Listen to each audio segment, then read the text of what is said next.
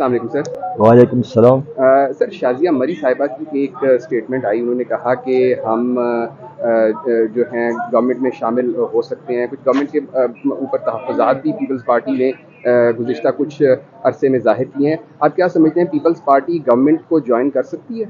دیکھیے، یہ سیاست میں تو سب کچھ ممکن ہے، لیکن ابھی تک جو پاکستان پیپلز پارٹی کا موقف رہا ہے وہ یہ تھا کہ ہم حکومت کو پارلیمان کے اندر سپورٹ پرووائڈ کریں گے، لیکن ہم حکومت جوائن نہیں کریں گے، حکومت کا باضابطہ حصہ نہیں بنیں گے۔ اگرچہ اس طرز عمل پر اور اس فلسفے پر لوگوں نے اعتراض بھی کیا اور کہا کہ آپ ہی کی پارٹی کے صدر بھی ہیں، آپ ہی کے پارٹی کے 2 صوبوں میں گورنر بھی ہیں، آپ ہی کے پارٹی کا چیئرمین سینٹ بھی ہے، اور ہماری ہی پارٹی کے اور بھی ایسے آئینی عہدے رکھتے ہیں۔ تو یہ لوگوں نے اعتراض کیا، لیکن دونوں میں واضح فرق ہے، آئینی عہدے رکھنا اور حکومت میں شامل ہونا۔ تو اب تک تو جو فیصلہ تھا وہ یہی تھا کہ ہم نے حکومت کا حصہ نہیں بننا، اور ہم نے جو ہے تو پارلیمنٹ کے اندر رہ کر حکومت کو سپورٹ کرنا ہے امپورٹنٹ لیجسلیٹر میں،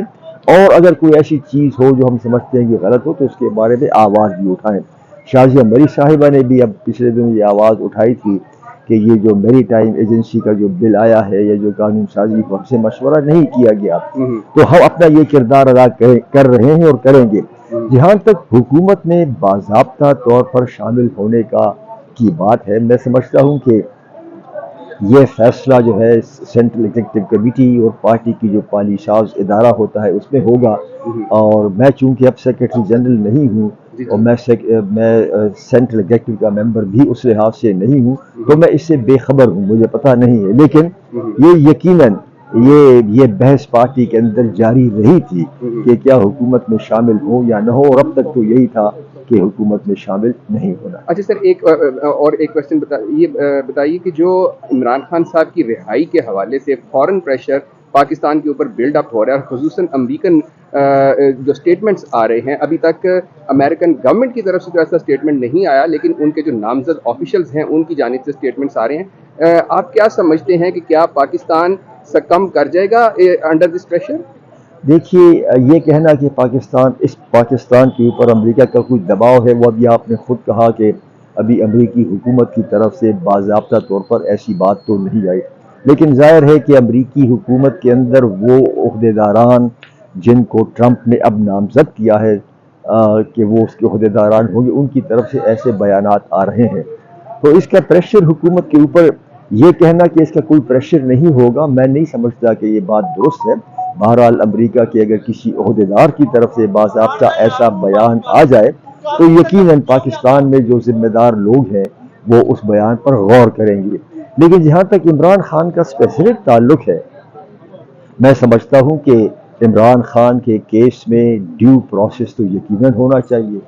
اور عمران خان کے کیس میں اگر یہ تاثر پایا جاتا ہے کہ پولیٹیکل وکٹمائزیشن ہے تو اس کا ازالہ کرنا چاہیے،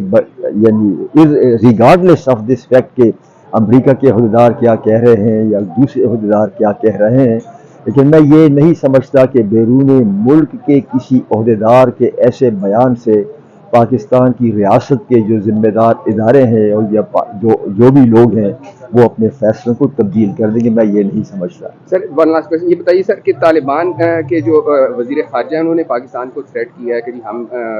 جو آپ نے ہمارے اوپر اٹیک کیے ہیں ہم ان کا بدلہ لیں گے، اس حوالے سے سر آپ کیا کہتے ہیں؟ دیکھیے، یہ جو افغانستان کے اوپر جو پاکستان میں جو بمباری ہوئی تھی، اس پر تو سب لوگوں نے حقیقت یہ ہے کہ تشویش کا اظہار کیا ہے،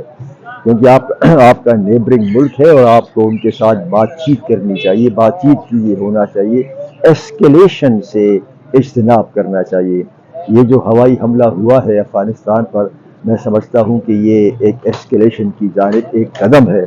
اور اگر افغانستان کی طرف سے وہ طالبان جو ہے تحریک طالبان پاکستان والے آ رہے ہیں تو ان کا سدجواب ہو سکتا ہے، اس کا سدجواب جو ہے وہ ڈائلاگ اور نیگوشیشنز کے ذریعے ممکن ہے، اسی کے ذریعے ہونا چاہیے۔ تو یہ جو ان کے اوپر جو ہوائی حملہ ہوا ہے، میں سمجھتا ہوں کہ یہ